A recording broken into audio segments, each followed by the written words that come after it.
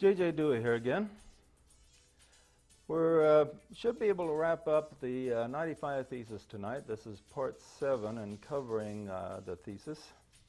These are 95 points wherein the majority of the public are at odds with the majority of the representatives that represent us. Because as we are discovering to our dismay, our representatives are getting more and more out of alignment with the will of the people. And so, since we are the employers of our representatives in our government, we, the employers, we, the bosses, must step forward and do something about it and put these people in alignment that are working for us. After all, since we're paying their wages of all the officials in our government, we, the people, should be able to get what we want out of them as far as work performance goes. So the purpose of these 95 theses is to make 95 points kind of after the pattern that Martin Luther did to start the Reformation, to make 95 points wherein it is stressed that the will of the people need to be followed. And these are 95 points wherein the will of the people are not being represented in Congress.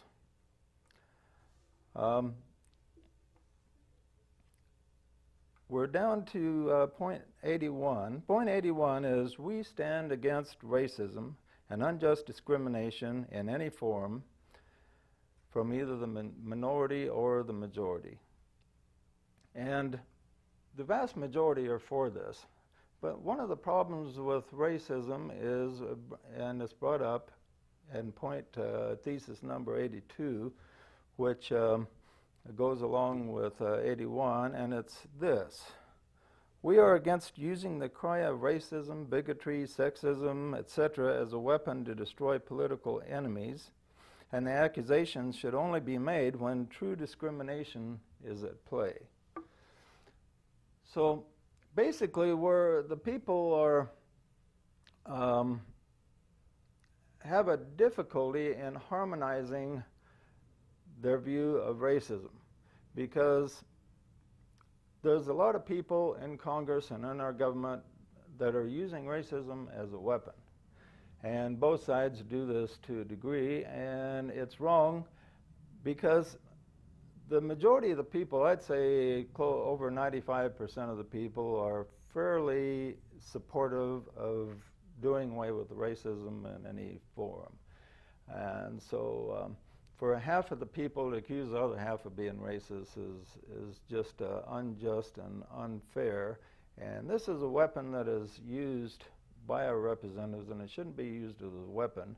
And the majority of the people as a whole do not want this subject used as a weapon. We want fairness and no discrimination in as far as race or religion or sex goes. And even though we have a lot of laws on the books covering this, it's still a subject that's creating a lot of division where it really doesn't have to. Now let's move on to number 83. 83, we move into the subject of defense. And these next couple ones deal with that. 83, any military conflict that requires more than 10,000 troops and is sustained for more than 90 days should require a sustaining vote from Congress or a declaration of war. Now, one of the problems we've had since World War II is we keep getting in problems that create conflicts and a lot of ill will all around the world, and we get involved in wars like Vietnam was the prime example of a war that created tremendous division.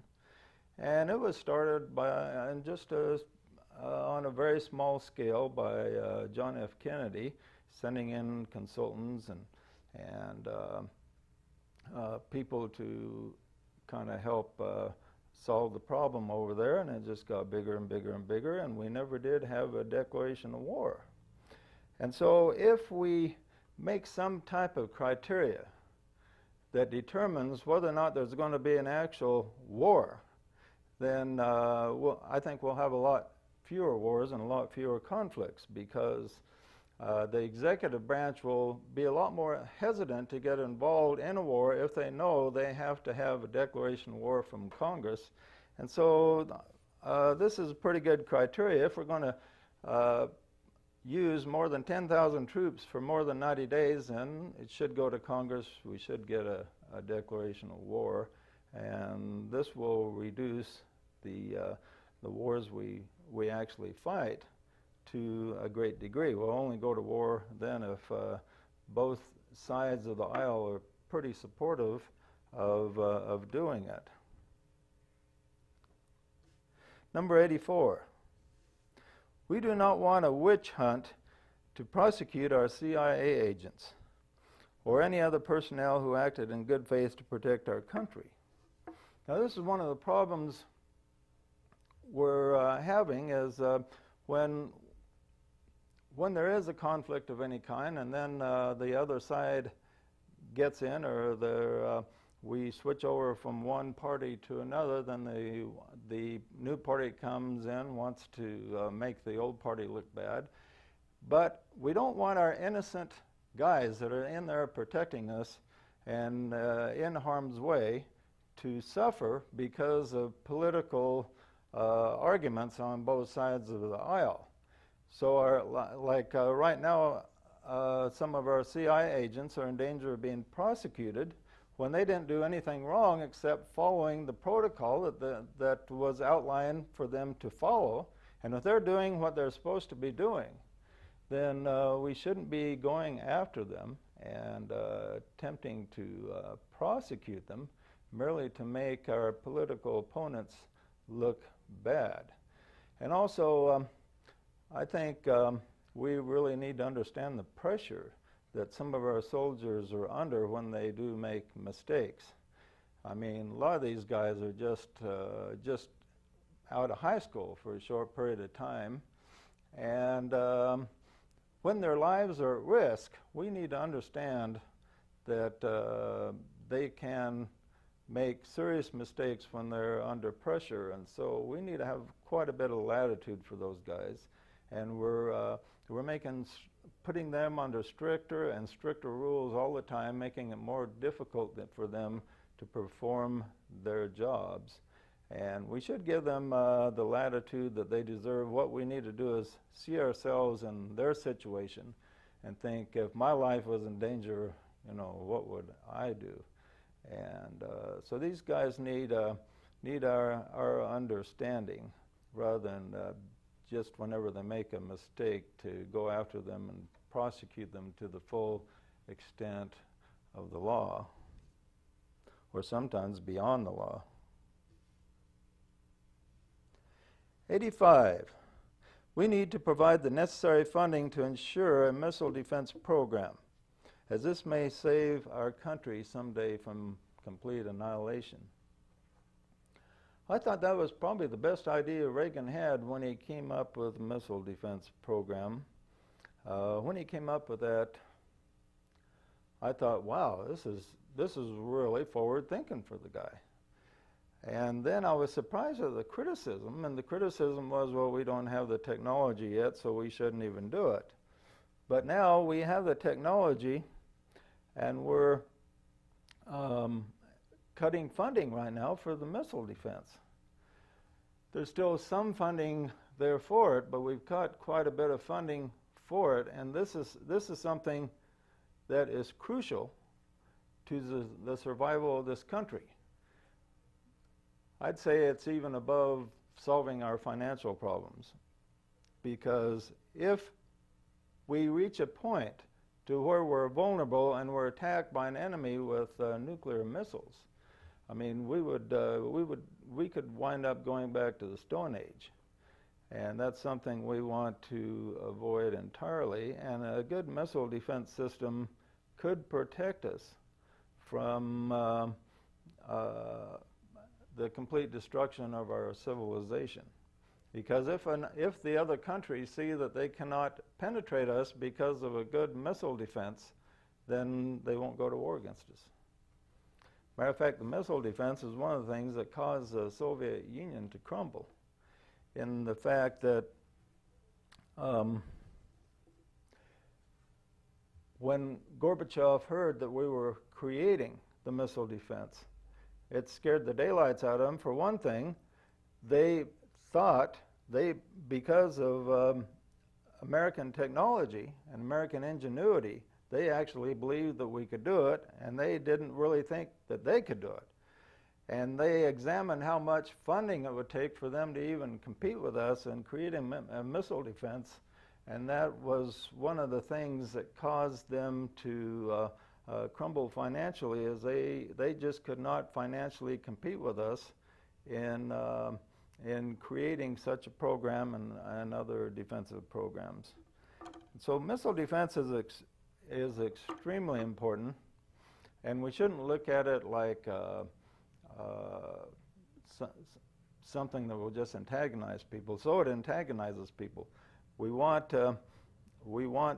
to protect ourselves and our children, and missile defense is extremely crucial in making this happen.